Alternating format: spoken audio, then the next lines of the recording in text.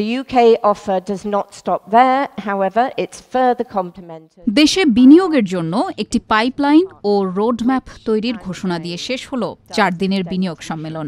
সম্মেলনে আসা বিনিয়োগকারীদের সঙ্গে নিবিড় যোগাযোগের মাধ্যমে আগামী 1.5 থেকে 2 বছরে দেশে বিনিয়োগ নিয়ে আসাই হবে মূল লক্ষ্য, জানিয়েছে বাংলাদেশ বিনিয়োগ উন্নয়ন কর্তৃপক্ষ বিডা। 10 এপ্রিল রাজধানীর হোটেল ইন্টারকন্টিনেন্টালে বিনিয়োগ সম্মেলনের শেষ দিনের ব্রিফিংয়ে এইসব কথা জানিয়েছেন বিডার head of business development Nahiyan Rahman. 4 ধাপে ওরা ইনভেস্টমেন্ট করে। আসলে প্রথমে ওদের আগ্রহ জন্মায়, তারপর আসলে আরেকটু ইনফরমেশন নেয়, তারপর এখানে এন্ট্রি করার চেষ্টা করে এবং ফাইনালি টাকাটা দিয়ে ইনভেস্ট করে। তো ওরা আসলে এখন মূলত প্রথম ধাপে আছে। আমি প্রথম ধাপ থেকে ওদেরকে আমরা কিভাবে হাতে ধরে বাকি ধাপগুলো নিতে পারি এবং এই জন্য 18 থেকে 24 মাসের একটা রোডম্যাপ আমরা বানিয়ে ফেলবো এদেরকে নিয়ে, যাতে করে এর পরের বার যখন যদি এরা আবার আসে এই ইন্টারেস্টের স্টেপ নিয়ে কথা হবে না, এটা হচ্ছে পরের যে কোনো একটি ধাপ নিয়ে যে ওদের এখন এন্ট্রি করতে বা আসলে অ্যাকচুয়াল ইনভেস্টমেন্ট করতে আর কি সহযোগিতা লাগবে। আমরা এভাবেই প্ল্যান নিয়ে আগানোর চেষ্টা করছি। 5 আগস্টের পট পরিবর্তনের পর এটি ছিল দেশে বড় ধরনের কোনো বিনিয়োগ সম্মেলন। 4 দিনের সম্মেলনে যোগ দেন 500-র বেশি দেশি বিদেশি অংশগ্রহণকারী। 7 এপ্রিল 60 জনের একটি বিনিয়োগকারী দল কোরিয়ান ইপিজেড ও মিরসরাই অর্থনৈতিক অঞ্চল পরিদর্শন করেন। হোটেল ইন্টারকন্টিনেন্টালে হয় স্টার্ট আপ কানেক্ট, যেখানে বাংলাদেশ ব্যাংক থেকে মেলে বড় ধরনের তহবিলের ঘোষণা। বাংলাদেশ ব্যাংকের কাছে বিভিন্ন কমার্শিয়াল ব্যাংকের, বাণিজ্যিক ব্যাংকের যে স্টার্ট আপ ফান্ডটা ছিল, জমা ছিল, সেটা লিবারালাইজ করতে বলেছে আর কি। তো বাংলাদেশ ব্যাংকের গভর্নর আজকে ডিক্লেয়ার করেছেন যে এই ফান্ডের প্রায় 800 কোটি টাকা ওনারা আগামী 1 সপ্তাহ থেকে 1 মাসের মধ্যে ওনারা উন্মুক্ত করে দিবেন। NASA astronaut chief Joe Acaba had the privilege of visiting 8 April বিনিয়োগকারীদের সেই দল 2500-এ জাপানি অর্থনৈতিক অঞ্চল পরিদর্শন করেন। ঢাকায় নাসার সঙ্গে হয় বেসামরিক চুক্তি। এই যে অ্যাকর্ডটাতে আমরা সাইন করলাম, এই সাইন করে যে জয়েন করলাম, এখান থেকে আমাদের কি লাভ হলো এই প্রশ্নটা যদি করেন, তাহলে এখানকার লাভটা দেখতে আমাদের সম্ভবত 20, 25, 30 বছর সামনে যেতে হবে। আমাদের যদি এন্ড গোলটা হয় যে আমরা স্পেসে বাংলাদেশি অ্যাস্ট্রোনট পাঠাবো, সেটা পাঠানোর জন্য আমাদেরকে আসলে এই ধরনের একটা স্টেপ নিতে হবে। This is step 1 of probably 1000।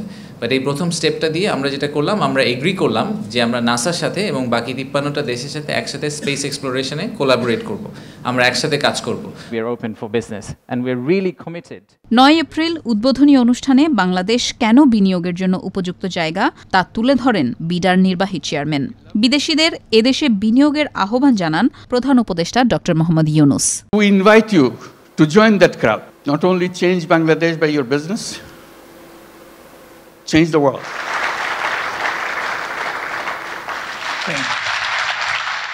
অনুষ্ঠানে 4টি প্রতিষ্ঠানের হাতে সম্মাননা তুলে দেন প্রধান উপদেষ্টা। সম্মানসূচক নাগরিকত্ব দেয়া হয় দেশের তৈরি পোশাক ও টেক্সটাইল খাতের অগ্রদূত ইয়ংওয়ান কর্পোরেশনের চেয়ারম্যান কিহাক সাংকে। I am truly honored as well as humbled to have this honorary citizenship. Thank you. এদিন দেশের বস্ত্র ও পোশাক খাতে $150 মিলিয়ন বিনিয়োগের ঘোষণা দেয় চীনের হান্ডা গ্রুপ। এছাড়া ডিপি ওয়ার্ল্ড, ইন্ডিটেক্স, লাফার্স হোলসিম সহ যুক্তরাজ্য থেকেও মেলে বিনিয়োগের আশ্বাস। এই ইনভেস্টমেন্টের সামিটের মূল উদ্দেশ্য কত টাকার ইনভেস্টমেন্ট আসলো এটা এনশিওর করা না, সেটা হয়তো আমরা ইনভেস্টমেন্ট সামিট 2-তে গিয়ে এই ধরনের একটা গোল নিয়ে নামবো। এই ইনভেস্টমেন্ট সামিটের আমাদের একমাত্র উদ্দেশ্য হচ্ছে যে বাংলাদেশের যে নেগেটিভ ন্যারেটিভটা এতদিন ধরে হয়ে আসছে সেটাকে আসলে পজিটিভে টার্ন করা। অবভিয়াসলি আমাদের স্ট্রেংথ হচ্ছে labour intensity, right? So labour intensive খাতগুলোতেই বিনিয়োগ করতে জেনারেলি আগ্রহী। সো আমি এখনও বলবো যে টেক্সটাইল অ্যান্ড গার্মেন্টসে তারা খুবই আগ্রহী।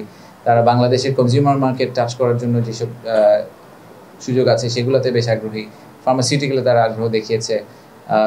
বেশ কিছু একদমই লাইট ইঞ্জিনিয়ারিং টাইপের যেসব জিনিসপত্র এগুলোতে অনেক আগ্রহ দেখিয়েছে। So it's very hard for me two pin down যে এরকম 2-3টা খাতি খুবই মিক্সড গ্রুপ। সম্মেলনে শেষ দিনে নবায়নযোগ্য জ্বালানি, ডিজিটাল অর্থনীতি, বস্ত্র ও পোশাক শিল্প, স্বাস্থ্যসেবা ও ওষুধ শিল্প এবং কৃষি প্রক্রিয়াজাতকরণের বিষয়ে হয় সেমিনার, যেখানে একই ছাদের নিচে মুক্ত আলোচনায় অংশ নেন দেশি বিদেশি উদ্যোক্তারা।